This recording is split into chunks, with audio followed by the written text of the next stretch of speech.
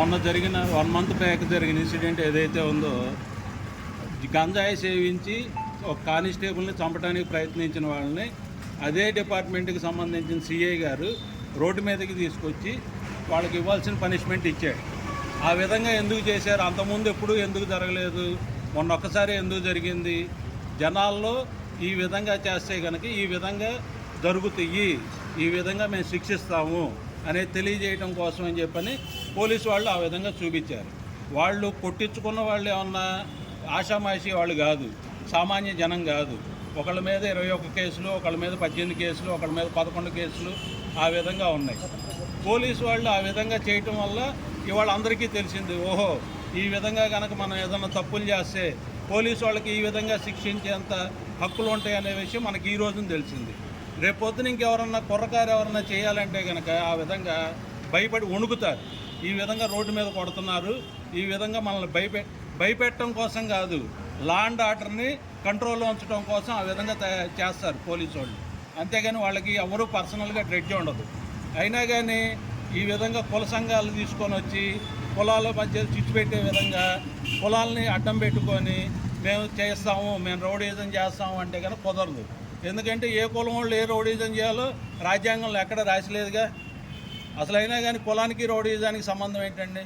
ఆ విధంగా గంజాయి సేవించి ఆ విధంగా రోడ్డు మీద వెళ్ళే వాళ్ళందరినీ భయభ్రాంతులను గురి చేస్తున్నారు. ఈ విధంగా కనుక చేస్తే రేపొద్దున అదే వయసులో ఉన్న కుర్రోళ్ళు ఏమనుకుంటారు, మనం అందరం కూడా ఈ విధంగానే తయారవుదాము, ఈ విధంగా చేస్తే కనుక మనకు పేరు వస్తుంది, రౌడీజంగా మనం ఎదుగుతున్నాము అనే ఆలోచనలో ఉంటారు.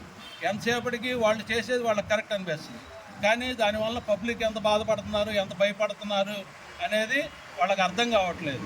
వయసు అట్లాంటిది వాళ్ళది. ఆ వయసులో ఉన్న వాళ్ళని కంట్రోల్లో పెట్టాల్సిన బాధ్యత ఫస్ట్ ఇంట్లో వాళ్ళకు ఉంటుంది, ఆ తర్వాత పోలీసు వాళ్ళకు ఉంటుంది, ఆ తర్వాత సంఘానికి ఉంటుంది. ఆ విధంగా పోలీసు వాళ్ళు ఫస్ట్ స్టెప్ తీసుకున్నారు. వాళ్ళ చేసిన చర్య ఏదైతే ఉందో అది చాలా అభినందనీయం. ఆ విధంగానే పోలీసు వాళ్ళకి మేము మద్దతు తెలుపుతూ ఉన్నాము. ఈ విధంగా తప్పులు చేసిన వాళ్ళు ఎవరైనా కానీ, తప్పులు అంటే ఏదో చైన్ స్నాచింగో లేదంటే ఏదో చిన్న చిన్న ఇబ్బందులు పడి చేసేవాళ్ళది అది వేరు. వాళ్ళని పట్టుకొస్తారు, వాళ్ళ దగ్గర నుంచి రికవరీ చేస్తారు.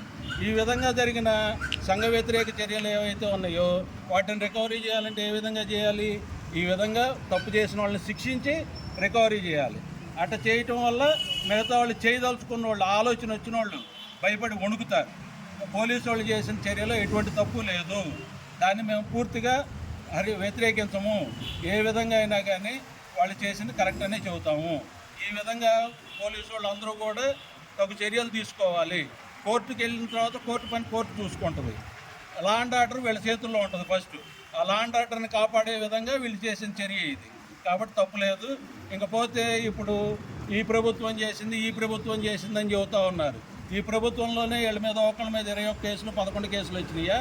ఈ నెలలోనే వచ్చినాయా? ఈ సంవత్సరంలోనే వచ్చినాయా? అంతకుముందు పెట్టినాయి కనుక అయితే గవర్నమెంట్ అప్పుడు ఏది ఉంది, ఆ గవర్నమెంట్ వాళ్ళు చూసుకోవాలి.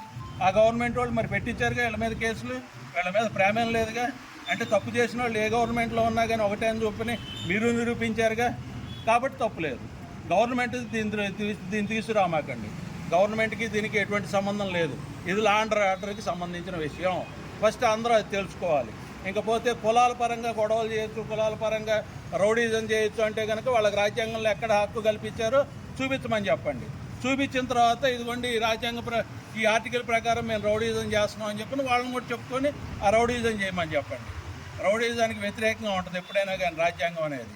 కాబట్టి పోలీసు వాళ్ళు చర్య తీసుకోవటం చాలా సబబైన కార్యక్రమం. ఇంక ముందు ఫ్యూచర్లో కూడా కుర్రోళ్ళు కూడా భయపడతారు. గంజాయి తాగి రోడ్డు మీదకి రావాలన్నా, గంజాయి సేవించాలన్నా కానీ వణికి వస్తారు. ఆ విధంగానే ఉండాలని మేము అందరినీ కోరుకుంటా ఉన్నాం.